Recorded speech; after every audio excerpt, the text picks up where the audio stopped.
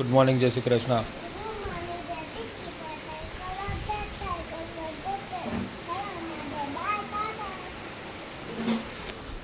તો good morning, સુપ્રભાત, Har Har Mahadev. સ્વાગત છે તમારા બધાનું આપણા ગુજ્જુ ફેમિલી વ્લોગની અંદર. આજે છે નાગપંચમી, એટલે જવાનું છે ગામડે દાદાએ દર્શન કરવા માટે. બહાર વરસાદ ફૂલ છે, ભૂકા કાઢે છે, એટલે હવે એ જોવાનું કયા રસ્તાથી જવાનું, કેવી રીતે જવાનું છે.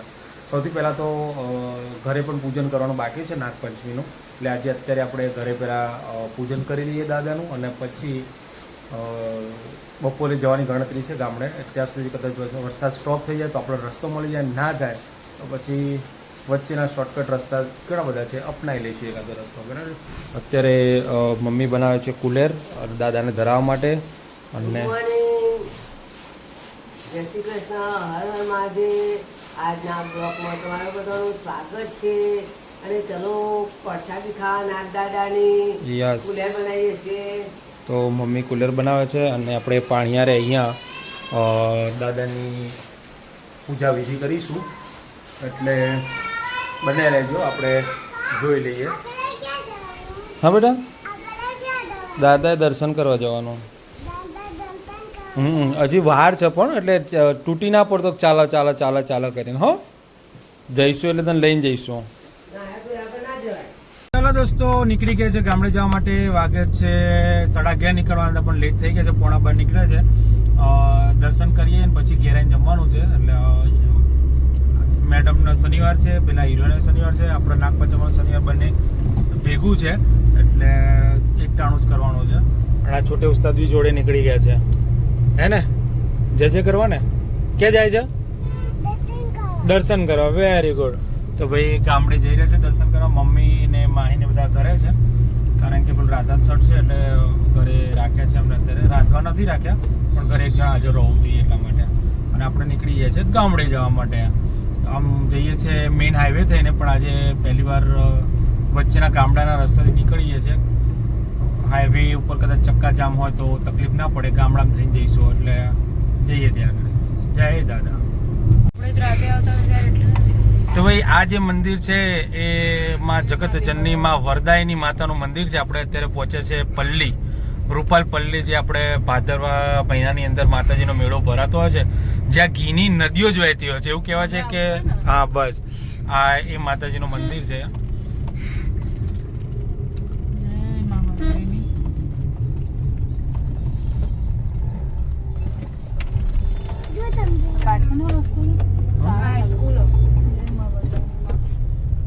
તો ભાઈ આ મંદિર છે માં વરદાયની માતાનું. એ લગભગ નોમના દિવસે જ ઘીની નદીઓ વહે છે. એટલે ઘીની નદીઓ એટલે ઘીની લોકોએ બાધા રાખી હોય ને, તો આમ પલ્લીની અંદર ઘી રેડવાનું. ને એવું કહેવાય છે કે એ ઘીમાંથી કે પલ્લીથી નીકળે ને બાળક, તો બાળકને કશું થતું નથી અને કોઈ બળતું પણ નથી. એટલો માતાજીનો હાથ છે. બહુ લોકો દૂર દૂરથી જોવા માટે આવે છે. અને હા, તમારા ઘી તમારા કપડા ઉપર લાગે ને તો પણ એનો ડાઘો પણ પડતો નથી. પલ્લી ભરાય છે, પલ્લી માતાજીની.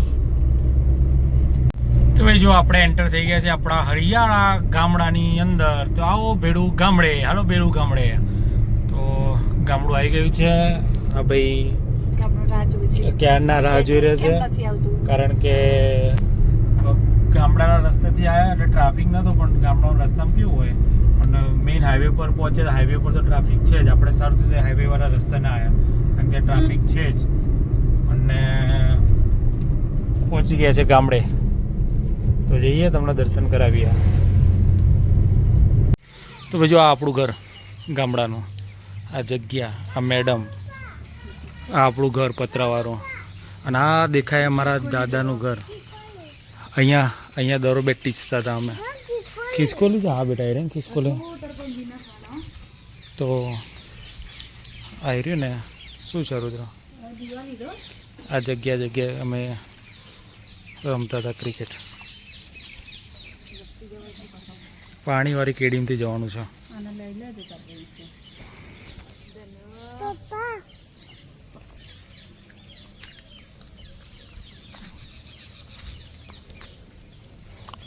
ધનુ ભાગો.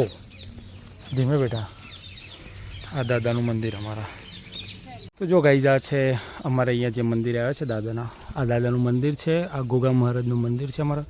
પણ આ જે સ્થાનક છે ને અહીંયાથી દાદાનો મુખ્ય પ્રવેશ દ્વાર છે, જ્યાંથી દાદા ગોગા સ્વરૂપે આવે છે. અને આ બધી સમાધિઓ છે અમારા ગોસ્વામી સમાજની.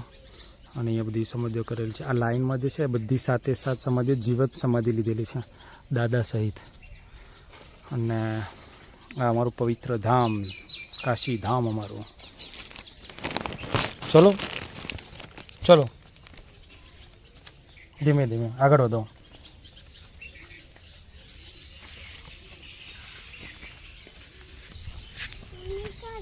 મમ્મી ક્યાં ગઈ ખબર નહીં.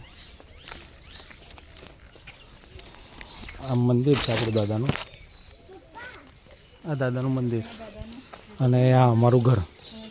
એક્ઝેક્ટ અડીને બાજુમાં જ આપણું ઘર.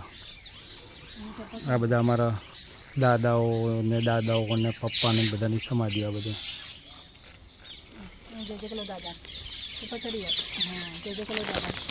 લે તો ફૂલ ચડાવો. ચલો ફૂલ ચડાવો દાદાને.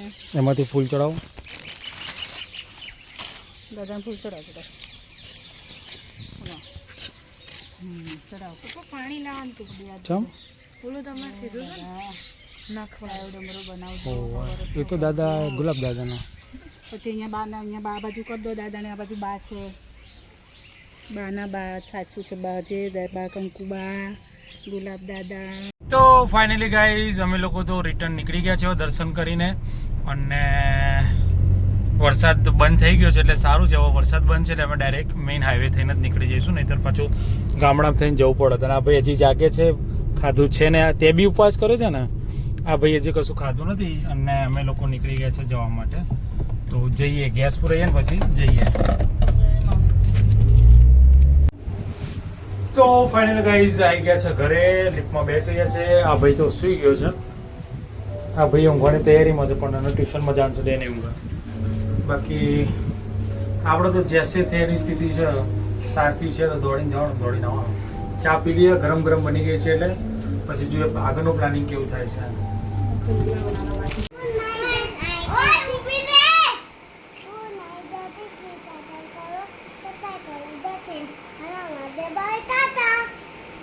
આ ભાઈને ટીવી જોવાની ઉતાવળ આવી ગઈ છે. છેલ્લા રૂમમાં ટીવી ચાલુ છે ને એટલે ટીવી જોવા જવું છે એના.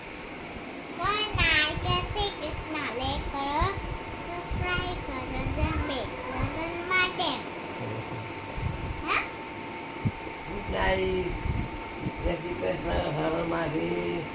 ચલો બધાને જય શ્રી કૃષ્ણ. સવારે મળીશું. બાય. તો પેલો ભાઈ રહ્યો ને એને અહીંયા છે ને ટીવી જોઈ છે. જો એને અહીંયા મોગલી જોવું છે. શું જોવો છો આ?